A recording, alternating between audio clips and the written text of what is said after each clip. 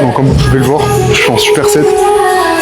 Je fais ça pour gagner du temps sur mes séances parce que j'ai beaucoup de volume. Mais là dans cette salle c'est pas forcément super pratique. Pourquoi? Parce que je fais un superset pec deck, juste ici.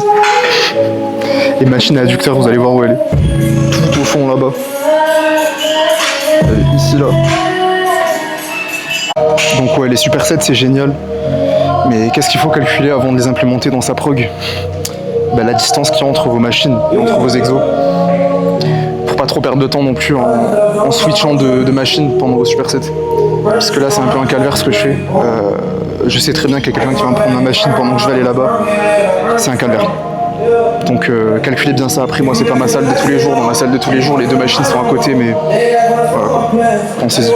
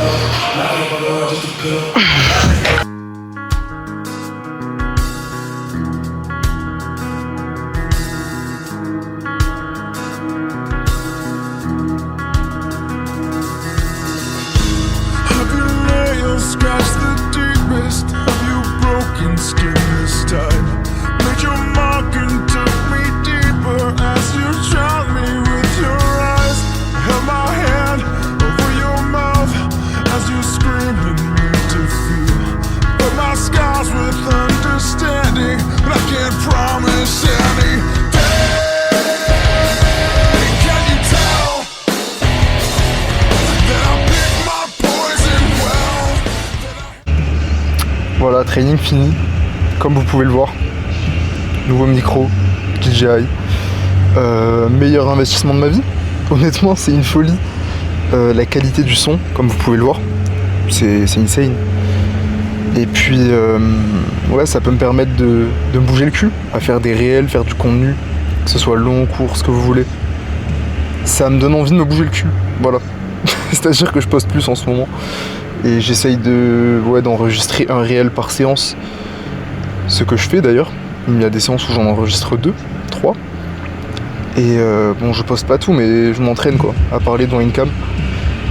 Donc de quoi je voulais vous parler ici? Je voulais vous parler de mon bulk. Donc update, actuellement je suis à 77 kg. 77,4 ce matin précisément, à jeun.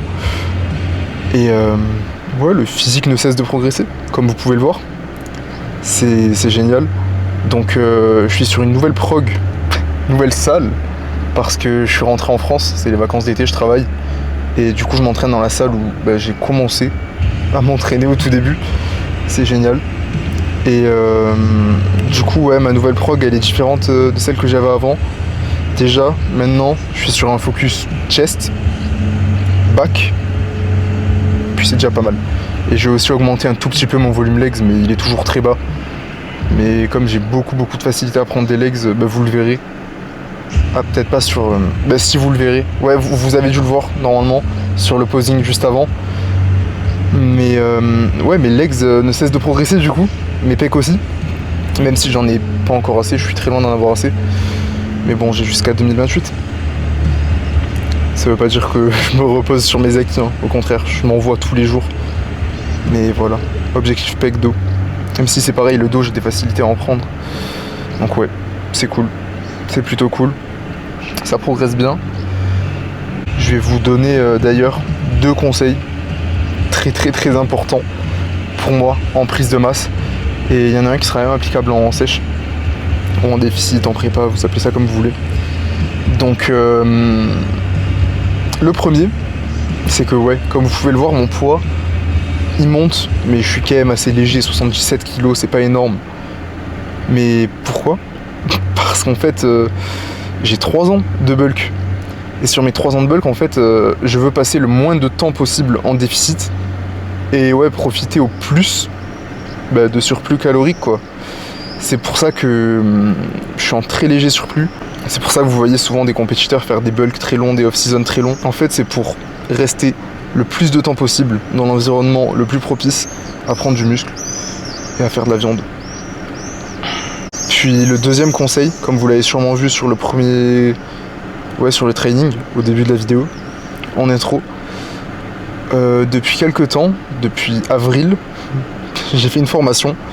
Je suis allé à Paris faire RTS, que vous connaissez sûrement, qui a été créé par Tom Purvis. Donc, pour ceux qui ne connaissent pas, le GOAT. Vraiment, celui qui a créé tous les principes de biomécanique appliqués à la musculation, que vous voyez sur les réseaux. Comme le profil de résistance, c'est lui qui a créé ça, comme certains exos même, comme certains même accessoires, il a créé des accessoires exceptionnels. Depuis cette formation à Paris, j'ai compris qu'en fait faire des mouvements trop rapides, c'était une perte de temps. Ouais, il ne s'agit pas forcément d'avoir un tempo chiffré, il s'agit plutôt d'avoir un tempo contrôlé mais qui ne soit pas chiffré. Et surtout sur certaines phases du mouvement. Donc la plus importante pour moi, c'est les changements de direction. Donc le moment où vous passez de la concentrique à l'excentrique et de l'excentrique à la concentrique. Pourquoi c'est important d'être lent à ce moment-là? Pour éviter de perdre de la tension, tout simplement. Comme par exemple sur du leg extension, on voit beaucoup de personnes faire un leg extension très rapide. On voit des fois le pad même décoller du tibia. En fait, qu'est-ce que ça fait? Ça fait qu'il n'y a plus du tout de tension sur les quadriceps à ce moment-là. Et c'est une perte de temps, perte d'énergie, perte de beaucoup de choses. Et c'est pour ça que maintenant, j'essaye d'être plus lent. Et croyez-moi, ça en vaut la peine. Ça en vaut la peine. Depuis que je fais ça, j'explose. Mais vraiment, mon physique explose et c'est génial. Voilà, c'était tout pour les 2 tips que j'avais à vous donner. Puis maintenant, je vais vous parler de quelque chose.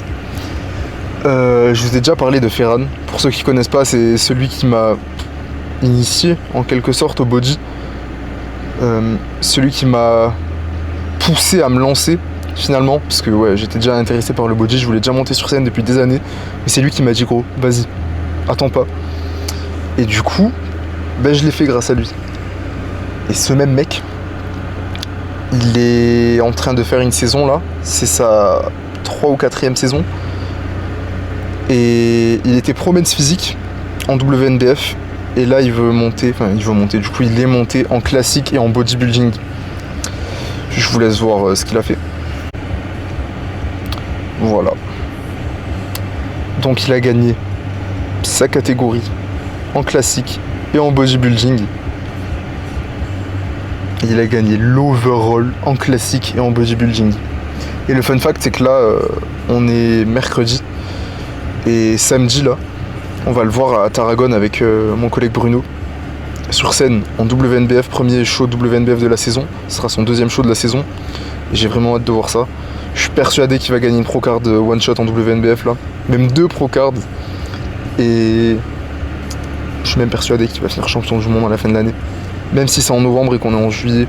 S'il arrive à tenir sa prep, il fait champion du monde WNBF, sachez-le. Pour moi, il peut même gagner une pro-card de NPC. Il y a un niveau de malade. Il est insane. Voilà.